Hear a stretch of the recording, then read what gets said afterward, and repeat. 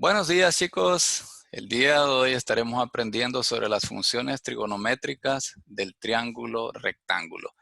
Antes de entrar en materia, quiero que recordemos juntos a qué nos referimos con un triángulo rectángulo.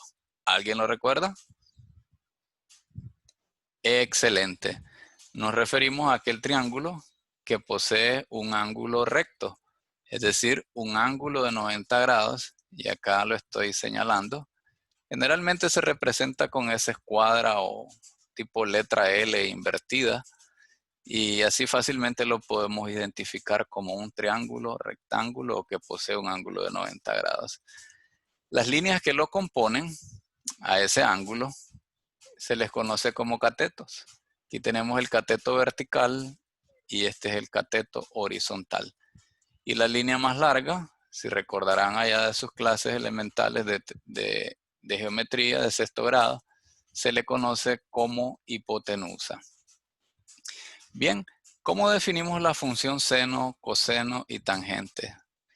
En realidad son razones, fracciones o divisiones entre distintas partes del triángulo rectángulo y se refieren o pueden ser referidas a un ángulo en particular. Por ejemplo, si elegimos este ángulo, el ángulo teta, vamos a llamarlo de esa manera, se define el seno como la razón o división entre el cateto opuesto y la hipotenusa. Pero quizás se estén preguntando, ¿qué significa cateto opuesto? El cateto opuesto a un ángulo es aquel cateto de los dos que existen en el triángulo rectángulo que está de frente a él.